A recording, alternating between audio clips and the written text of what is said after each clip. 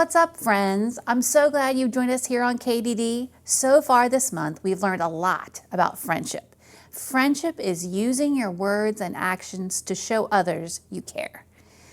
One of the best things about having a friend is when they say something nice to you, like, "Your hair looks great today," or "You're really funny." We should use our words to encourage our friends. Let's check out our Bible verse for this month. A friend loves at all times. They are there to help when trouble comes. Proverbs 17:17. Receiving compliments is great, but giving them is awesome. It's really important for us to encourage our friends, which is something we might just see in our Bible story today. But before we get into it, let's take some time to praise and worship God together.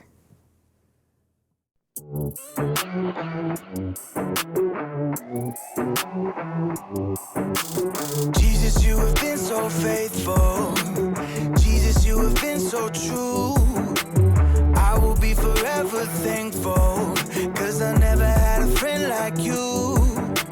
Help me to be who you've been to me, to everyone I see.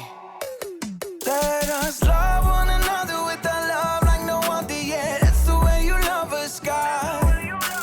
Never turn away, you are with us every day, yeah. That's the way you love us, God. Your love has always been beginning to end. There's never been a better friend. So let us love one another with our love like no other, yeah. That's the way you love us, God.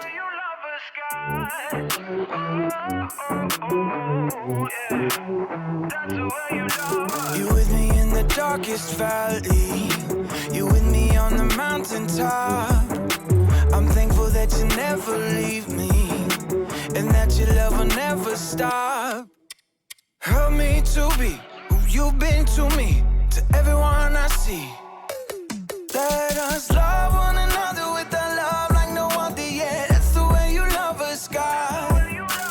Never turn away, you are with us every day, yeah. That's the way you love us, God. Your love has always been beginning to end. There's never been a better friend. So let us love one another with our love like no other, yeah. That's the way you love us, God.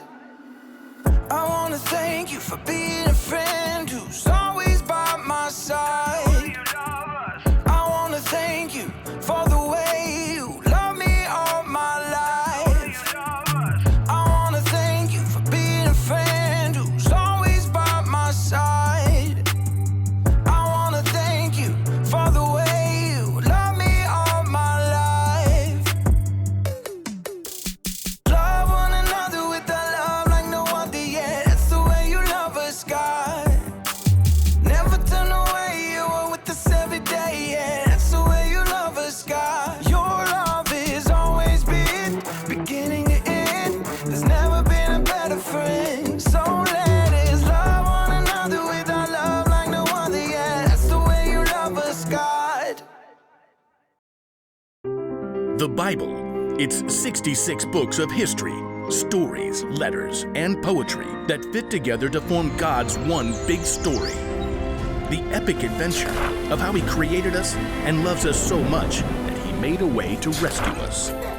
As we travel through the Bible, from Genesis to Revelation, we discover people who met God and found their lives changed forever. And now for an amazing story.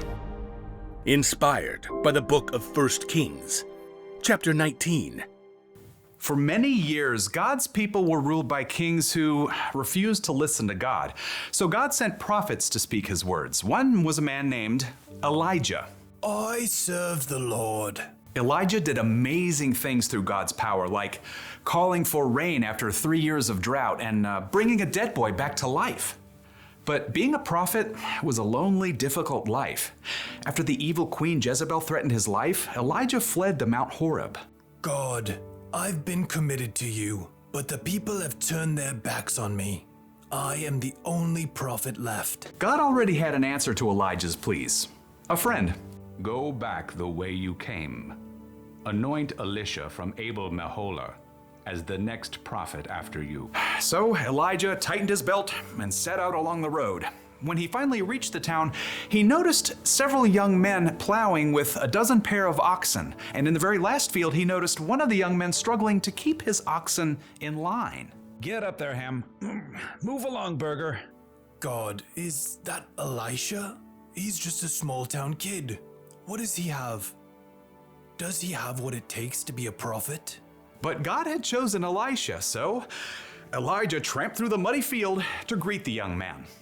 Elisha! Elisha blinked in surprise when he saw the prophet. Whoa, Burger. Elijah marched right up to Elisha and threw his very own cloak over the young man's shoulders. It was a sign that God had chosen Elisha to be Elijah's assistant. Me?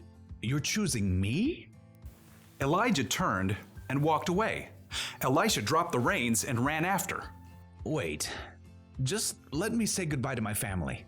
Then I'll come with you. Go right ahead. I'm not making you do anything. Yes, sir. Right then and there, Elisha broke apart his plow and used the wooden pieces to start a fire. He cooked a meal and called all his family and friends over to share it with him. I'm leaving to travel with Elijah. Goodbye, everyone. Then Elisha set out on the road beside Elijah. I don't really know how to be a prophet, or even a prophet's assistant. That's okay. You'll learn. So over the years, Elisha followed Elijah everywhere as a close companion and good friend, and he watched and listened intently as Elijah spoke God's words to powerful kings and did incredible things. One day, Elisha and Elijah left the town of Gilgal on the way to Bethel, and they both knew that God was about to do something very breathtaking. God was going to take Elijah up to heaven. Stay here, Elisha. The Lord has sent me to Bethel. Elisha wasn't about to leave his friend to go it alone. As sure as the Lord and you are alive, I won't leave you. At Bethel, the same thing happened. Stay here, Elisha. The Lord has sent me to Jericho. As sure as the Lord and you are alive, I won't leave you. It happened once again in Jericho. Stay here, Elisha. The Lord has sent me to the Jordan River. As sure as the Lord and you are alive, I won't leave you.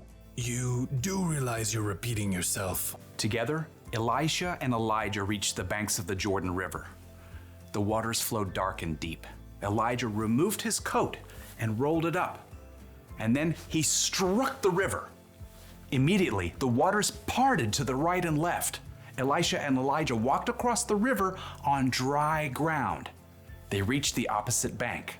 Tell me, what can I do for you before I'm taken away? Elisha didn't want to lose his friend and mentor, Elijah, but he'd learned many things in the last few years. Please, give me a double share of the Spirit God has given you. Only the Lord can do that. But if you see me when I'm taken away, that means you will receive what you've asked for. Elisha nodded, and the two men walked on in silence. Suddenly, a wild wind whipped up, and a chariot and horses appeared, blazing with fire. Elijah. The flaming chariot flew down right between the two men. It caught up Elijah and carried him up to heaven, driven by a strong wind. Elijah, you are like a father to me. Elisha stared into the sky until the last breath of wind and the final hint of flame were gone. Then in great sorrow, he tore his own clothes. My best friend is gone. Glancing down at the ground, he saw Elijah's coat. Carefully, he picked it up. I wonder. Elisha hurried back to the bank of the Jordan River. Again, the water flowed hard and fast. On the opposite bank, a group of prophets from Jericho watched. Look, there's Elisha. But where's Elijah? Across the river, Elisha twisted up Elijah's coat. He called out in a loud voice, Where is the power of the Lord? Where is the power of the God of Elijah? Then Elisha struck the water just as Elijah had done. And just like what happened before, the waters parted to the right and left. The prophets from Jericho stared in amazement as Elisha crossed the river on dry land. The Spirit God gave to Elijah has been given to Elisha. It was true. Elisha had been faithful to follow and learn from Elijah for many years, and now God's Spirit was with Elisha just as it had been with his friend.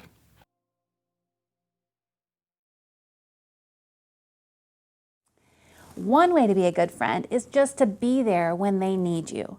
Look at today's story. Elisha was there for Elijah right until the very end, and even after he died, Elijah's spirit was with Elisha. Now, I don't know exactly how Elijah's spirit was with Elisha, but it sounds pretty cool. Jesus said God would send a friend to always be there for us. The Holy Spirit is the ultimate friend. He gives you wisdom when you're confused, strength when you're feeling weak, and encouragement when you need it the most. That's the kind of friend we should be. We can cheer your friend on when they play sports, or even if they have an audition or a hard test. You can give someone a shoulder to cry on when they've had a rough day or something sad happens. Sometimes it's best not to say anything and just be there for your friend. Just think of how you'd like someone to encourage you if they felt that way. So here's the one thing to remember today. Friends encourage one another. Encouragement may not make problems go away, but it can remind them that they're loved and that they're not alone. And sometimes that's enough. Until next time, guys.